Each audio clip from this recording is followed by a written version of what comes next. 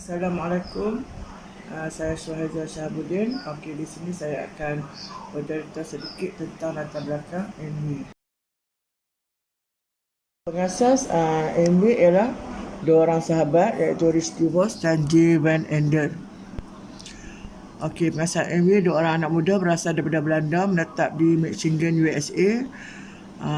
Tamat perkhidmatan mereka dalam Army Perang Dunia Kedua, terus mengajar impian mereka untuk perniagaan MW. Usaha awal membuka sekolah juruterbang, restoran dan menjadi pengedar nucilat. Itulah titik awal mengorak langkah inovatif mereka sebagai tercetusnya MW pada tahun 1959. Dulunya MW bermula di stesen Petro yang sudah tidak digunakan sekarang ni. HQ MW ada Michigan, USA, production factory sepanjang 7 batu keluasannya. Di sana ada tasik yang terjaga kekal bersih. Sangat cantik. Okey, ini HQ MW Malaysia yang ditubuhkan Malaysia pada tahun 1976. Peneraju industri pasaran jualan langsung di Malaysia. Ada pengasas kepada direct selling. Syarikat jualan langsung yang pertama disenaraikan di Bursa Saham pada tahun 1996. Sudah 45 tahun di Malaysia. Okey, ibu pejabat MW 100 juta, bernilai 1 juta 500 kaki persegi. Di Bursa Saham Malaysia, MW berada di top 10 active share. Okey, di sini saya terangkan laporan mingguan Bursa Saham perkhidmatan perdagangan, iaitu MW ada tempat di atas. Okey, bagaimana memilih syarikat MLM yang baik? Okey, yang pertama kita melihat kepada barang, iaitu pasaran besar, gunaan harian, aneka jenis barang. Yang kedua, kita tengok syarikat kuat, tahan lama dan berintegriti. Yang ketiga, kita tengok sistem adil, tahan ujian masa dan menguntungkan, bukan sistem piramid. Okey, di sini terdapat 30 pemegang saham terbesar MW. Contohnya Amanah Raya, Kumpulan Wang Persaraan, Lembaga Tabung Haji.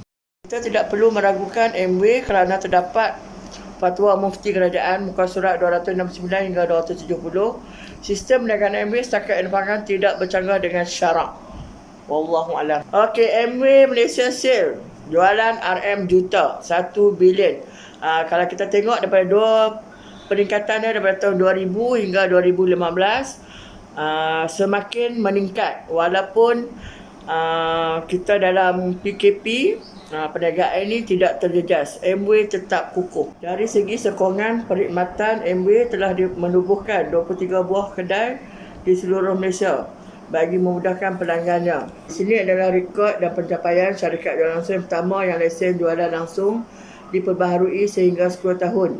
Biasa kalau kita dengar setahun sekali kita kena renew, yang ni 10 tahun. MW Jaminan Kualiti Penyelidik dan Pembangunan, 900 saintis jurutera dan juruteknik, 100 saintis dan pakar di Institut Kesihatan Nucilat, 65 makmal penyelidikan dan pembangunan jaminan kualiti, 20,000 meter persegi keluasan makmal. Jaminan kualiti, 150 pakar teknikal, 500,000 ujian setiap tahun, melebihi 15,000 ujian sebulan untuk jenama nucilat sahaja. Paten jenama MW dibelakangi dengan 1,000 paten dengan 800 paten dalam proses. Nucilat adalah jenama suplemen dietari dari vitamin nombor 1 dari segi jualan di dunia. Nucilat adalah satu-satunya jenama global vitamin dan mineral yang menanam, memetik dan memproses tumbuhan di atas ladang sendiri yang disahkan organik. Okey, kalau kita tengok dalam bulatan M tu adalah nucilat disahkan halal oleh Ivanka yang diiktirafkan oleh JAKIM. Okey, next.